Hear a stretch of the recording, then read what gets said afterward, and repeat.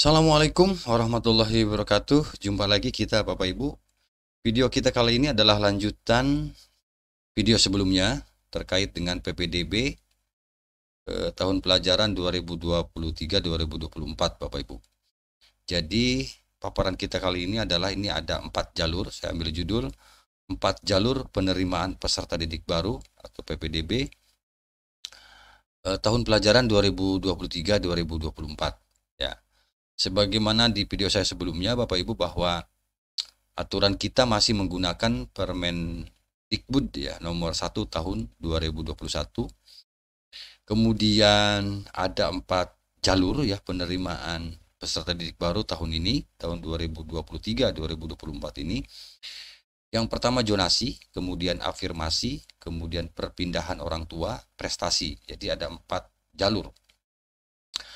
Nah, tentu ini karena sudah tiap tahun Bapak Ibu dilaksanakan dan tidak ada salahnya saya pikir Bapak Ibu untuk diungkap kembali, sekedar mengingatkan kembali.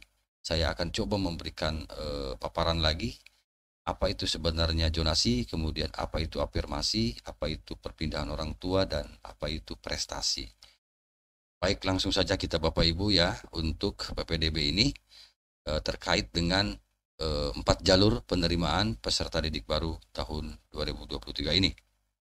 Baik, nah ini sebagaimana yang saya ungkap tadi bahwa dasar kita menggunakan Permendikbud nomor 1 tahun 2021 ini berdasarkan surat edaran yang dikeluarkan oleh Kementerian ya tanggal 7 Maret 2023 tentang pelaksanaan PPDB tahun ajaran 2023-2024. Oke. Nah, kita pertama bahas dulu di pasal 13 bahwa jalur zonasi ya, kita zonasi dulu Bapak Ibu ya. Zonasi itu sebagaimana dimaksud dalam pasal 12 ayat 2 huruf A terdiri atas. Nah, yang pertama untuk jalur zonasi SD ini paling sedikit 70% dari daya tampung sekolah.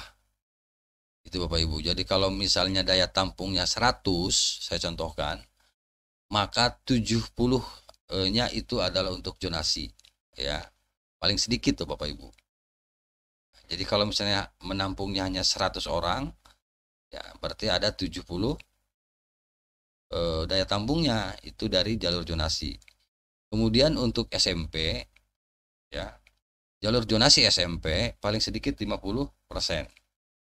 Itu. Jadi kalau daya tampungnya misalnya 100 ya, maka 50-nya itu diperuntukkan untuk jalur zonasi. 50%-nya untuk jalur yang lain. Itu Bapak Ibu. Kemudian untuk jalur zonasi SMA, sama ini juga paling sedikit 50%. Ya, sama dengan di SMP. Nah, jalur afirmasi sebagaimana dimaksud dalam pasal 12 ayat 2 huruf B, paling sedikit 15%. Ya, untuk jalur afirmasi. Ya. Ini 15%. Oke, dari daya tampung. Kemudian jalur afirmasi sebagaimana dimaksud pada pasal 12 ayat 2. Oh, yang tadi ya. Kemudian jalur perpindahan orang tua ini 5%. Ya. Jalur perpindahan orang tua. Jalur perpindahan tugas orang tua, ya, maaf. Sebagaimana dimaksud dalam pasal 12 ini 5% untuk perpindahan orang tua. Kemudian dalam hal masih terdapat sisa kuota dari jalur pendaftaran, sebagaimana dimaksud pada ayat 1 sampai dengan ayat 3, pemerintah daerah dapat membuka jalur prestasi. Jadi jalur prestasi ini adalah sisanya. Gitu Bapak Ibu. Jadi kalau kita urut tadi, SD 70% daya tampung ya, SMP SMA 50%, afirmasi 15%, dan sisanya itu tadi untuk jalur prestasi. Ya. Baik, kita lanjut. Nah, jalur prestasi sebagaimana maksud dalam pasal 12 huruf D tidak berlaku untuk jalur pendaftaran calon peserta didik baru TK. Jadi dan kelas 1 SDO. Jadi jalur prestasi ini tidak berlaku untuk TK dan SD. Yang berlakunya SMP, SMA, SMK. Oke, Bapak Ibu paham ya? Mudah-mudahan sampai di situ. Nah, kita lanjut. PPDB melalui jalur zonasi sebagaimana dimaksud dalam pasal 12 diperuntukkan bagi calon peserta didik baru yang berdomisili di wilayah zonasi yang ditetapkan pemerintah daerah. Jadi yang dimaksud dengan jalur zonasi itu adalah ini diperuntukkan bagi calon peserta didik baru yang berdomisili di dalam wilayah zonasi yang sudah ditetapkan oleh pemerintah daerah. Nah, kalau enggak Perbup, Perwalkot ya, itu dibuat peraturannya, ya, peraturan PPDB yang dikeluarkan oleh pemerintah daerah. Jadi di situ sudah ada zona-zonanya sudah ditentukan gitu Bapak Ibu. Jadi ketika ingin mendaftar silakan nanti dilihat tuh perbubnya bagaimana. Domisili calon peserta didik sebagaimana dimaksud pada ayat 1 berdasarkan alamat pada kartu keluarga yang diterbitkan paling singkat 1 tahun sebelum tanggal pendaftaran. Jadi jangan dadakan ini maksudnya jangan dadakan ini. Jadi yang dimaksud dengan domisili calon peserta didik itu, jadi ini berdasarkan alamat pada kartu keluarga yang diterbitkan paling singkat 1 tahun sebelum tanggal pendaftaran. Kemudian dalam hal kartu keluarga, tidak dimiliki artinya tidak memiliki kartu keluarga, maka calon peserta didik karena keadaan tertentu maka dapat diganti dengan surat keterangan domisili, ya. Jadi bisa nanti dibuat surat keterangan domisili kalau tidak memiliki kartu keluarga. Nah, keadaan tertentu sebagaimana dimaksud pada ayat 3, maksud keadaan tertentu nih. Ya, tidak memiliki karena keadaan tertentu. Bencana alam, bencana sosial. Maksudnya begini. Sebenarnya punya ya kartu keluarga, punya. Tetapi karena terjadi sesuatu, ada musibah misalnya bencana alam atau bencana sosial, maka yang kehilangan tadi bisa ya diganti dengan surat keterangan domisili. Oke. Nah, surat keterangan domisili ini, ini diterbitkan oleh ketua rukun tetangga, jadi oleh ketua RT atau ketua RW yang dilegalisir oleh lurah atau kepala desa atau pejabat setempat lain yang berwenang. Itu Bapak Ibu. Ya, jadi ketika membuat surat keterangan tadi domisili, siapa kemana membuat surat keterangan domisili itu tadi ya bisa ke ketua RT atau ketua RW atau yang dilegalisir oleh lurah atau kepala desa. Nah, surat keterangan domisili sebagaimana dimaksud pada ayat 1 memuat mengenai keterangan bahwa peserta didik yang bersangkutan telah berdomisili paling singkat 1 tahun sejak diterbitkannya surat keterangan domisili. Itu ya isinya ya, isi dari surat keterangan domisili. Kemudian sekolah memprioritaskan peserta didik yang memiliki kartu keluarga atau surat keterangan domisili dalam 1 tahun dalam satu wilayah kabupaten kota yang sama dengan sekolah asal. Jadi ini yang diprioritaskan ya Bapak Ibu. Nah, kalau itu sudah diprioritaskan, sudah tertampung, jika masih ada kuota maka boleh mungkin ini dari kabupaten lain. Artinya ikut orang tua gitu ya, prestasi kayak tadi, afirmasi ya, itu ya. Tapi ini menjadi prioritas ya. Oke, kita lanjut. Nah, calon peserta didik hanya dapat memilih 1 jalur pendaftaran dalam 1 wilayah zona. Jadi hanya boleh memilih. Calon peserta didik hanya dapat memilih 1 jalur pendaftaran PPDB dalam 1 wilayah zonasi. Nah, selain melakukan pendaftaran melalui jalur zonasi dalam wilayah zonasi yang telah ditetapkan, calon peserta didik dapat melakukan pendaftaran PPDB melalui jalur afirmasi, kemudian jalur prestasi. Oke. Di wilayah zonasi dimiliki peserta didik sepanjang memenuhi persyaratan. Artinya di luar wilayah. Jadi kalau di dalam wilayahnya si peserta didik itu ya memilih jalur zonasi, tapi kalau di luar wilayah zonasi domisili maka boleh di sini diperbolehkan menggunakan jalur afirmasi atau jalur prestasi. Gitu maksudnya ya. Itu ya. Jadi kalau untuk di wilayah domisili itu hanya satu jalur. Yaitu memilih jalur zonasi gitu ya, satu wilayah. Tetapi yang bersangkutan atau anak tersebut itu bisa memilih di luar wilayah zonasi di wilayah-wilayah zonasi domisili maksudnya, tapi dengan pilihan yang lain, yaitu jalur afirmasi dan jalur prestasi. Oke. Nah, penetapan wilayah zonasi dilakukan pada setiap jenjang oleh pemerintah daerah sesuai dengan kewenangannya dengan prinsip mendekatkan domisili peserta didik dengan sekolah. Oke. Kemudian untuk PPDB melalui jalur afirmasi, nah ini sebagaimana maksud pada pasal 12 ini, diperuntukkan bagi calon peserta didik baru berasal dari keluarga ekonomi tidak mampu. Jadi untuk afirmasi ini dari keluarga yang tidak mampu dan penyandang disabilitas. Kemudian peserta didik yang melalui jalur afirmasi ini merupakan peserta didik yang berdomisili di dalam dan di luar wilayah zona yang bersangkutan. Itu ya, untuk afirmasi itu boleh di dalam wilayah zonanya atau dari luar wilayah domisili. Untuk yang afirmasi.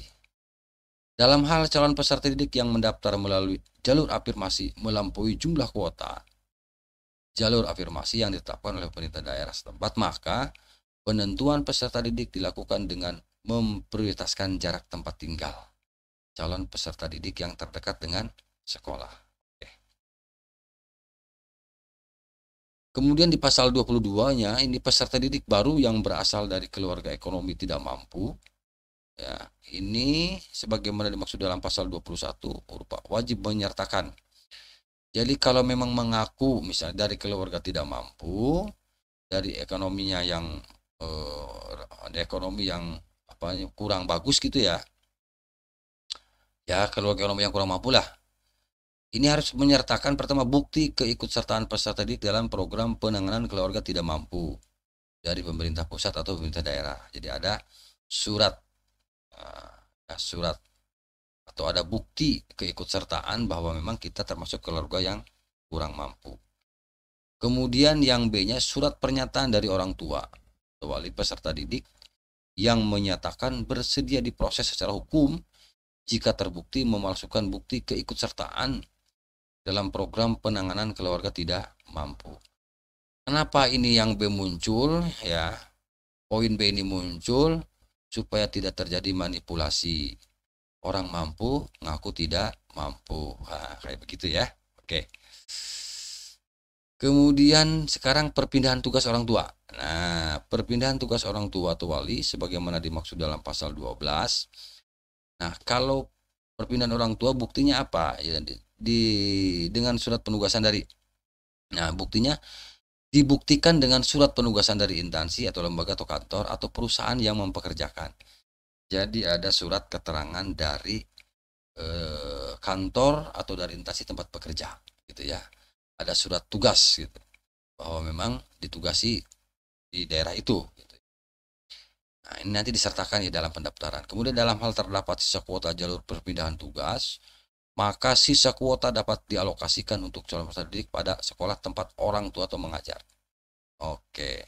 Kemudian penentuan peserta didik dalam jalur perpindahan tugas. Orang tua atau wali diprioritaskan pada jarak tempat tinggal calon peserta didik yang terdekat dengan sekolah. Jadi tetap saja tempat tinggal yang paling dekat dulu dengan sekolah yang mendapat skala atau yang mendapat prioritas begitu ya dari sekolah. Kemudian di pasal 24 ini PPDB melalui jalur prestasi. Ya, kalau jalur prestasi ini ditentukan berdasarkan rapor yang dilampirkan dengan surat keterangan peringkat nilai rapor peserta dari sekolah asal. Kemudian prestasi di bidang akademik maupun non-akademik. Ini biasanya apa ya? Ya mungkin semacam sertifikat ya, nilai rapor gitu ya Bapak Ibu ya. Nah, kita bacakan dulu deh. Rapor sebagaimana dimaksud pada ayat 1 huruf A menggunakan nilai rapor kelas 5 semester terakhir. Oh, jadi nilai rapornya adalah semester 5 saja, tidak semua. Hanya nilai rapor pada 5 semester terakhir, maaf. Menggunakan nilai rapor pada 5 semester terakhir. Oke. Kalau 5 semester terakhir berarti berapa kelas berapa itu? 4 ya. 4. Oke. Bukti atas prestasi sebagaimana dimaksud pada ayat 1 diterbitkan paling singkat 6 bulan dan paling lama 3 tahun sebelum tanggal pendaftaran PPDB. Jadi 3 tahun ke belakang masih bisa ya digunakan. Itu surat keterangan piagam, mungkin sertifikat atau apalah namanya ya, yang menunjukkan bahwa memang anak ini berprestasi gitu ya. Nah, yang ayat 4-nya, pemalsuan bukti atau prestasi sebagaimana dimaksud pada ayat 3 dikenai sanksi sesuai dengan ketentuan peraturan perundang-undangan. Ini banyak yang membuat dadakan biasanya, Bapak Ibu. Ini hindari supaya kita tidak dikenain sanksi ya Bapak Ibu. Nah, dalam proses seleksi PPDB sebagaimana maksud dalam pasal 12 tidak menggunakan ujian tertulis atau tes kemampuan akademik. Jadi tidak ada ujian tertulis atau tes kemampuan akademik. Jadi kalau yang ada itu melanggar. Jadi tidak ada ujian tulis, biasanya ada seleksi, dites gitu ya, di ranking, tidak boleh. Ini pasal 25 jelas. Ya, pasal 25 sangat jelas dalam proses seleksi PPDB sebagaimana dimaksud dalam pasal 12 tidak menggunakan ujian tertulis atau tes kemampuan akademik. Dan pasal 29 yang terakhir ini Bapak Ibu, pendaftaran PPDB sebagaimana dimaksud pada pasal 26 dilaksanakan dengan menggunakan mekanisme daring. Oh, bukan luring ya. Menggunakan mekanisme daring. Nah, untuk itu Bapak Ibu silakan nanti ya disimak lagi lah, silakan kalau memang nggak paham ya silakan nanti disimak lagi, diulang supaya apakah pemaparan saya ini masih bisa diterima atau tidak ya, misalnya dimengerti atau dipahami ya, syukur-syukur bisa dimengerti ya penjelasan paparan kali ini. Nah, yang terakhir Bapak Ibu untuk PPDB ke SMP ini saya akan bahas nanti pada video berikutnya khusus ya, jika nanti untuk anak-anak yang akan mendaftar ke SMP mekanismenya ada seperti apa, saya akan nanti bahas di video berikutnya, khusus untuk sekali lagi khusus untuk PPDB yang akan melanjutkan dari SD ke SMP. Ya, itu saja barangkali, semoga bermanfaat ya Bapak Ibu. Silahkan nanti dibaca-baca lagi atau disimak lagi supaya Bapak Ibu lebih paham terkait dengan jalur penerimaan peserta didik baru. Jadi ada 4 jalur Bapak Ibu ya. Ada 4 jalur penerimaan peserta didik baru tadi yang saya sebutkan: zonasi, afirmasi, perpindahan orang tua, dan prestasi. Demikian, sekali lagi mohon maaf apabila paparannya kurang runtut dan kurang dipahami. Mudah-mudahan ini bisa memberikan pencerahan paling tidak kepada para orang tua yang akan melanjutkan anaknya ke sekolah. Terima kasih. Assalamualaikum warahmatullahi wabarakatuh.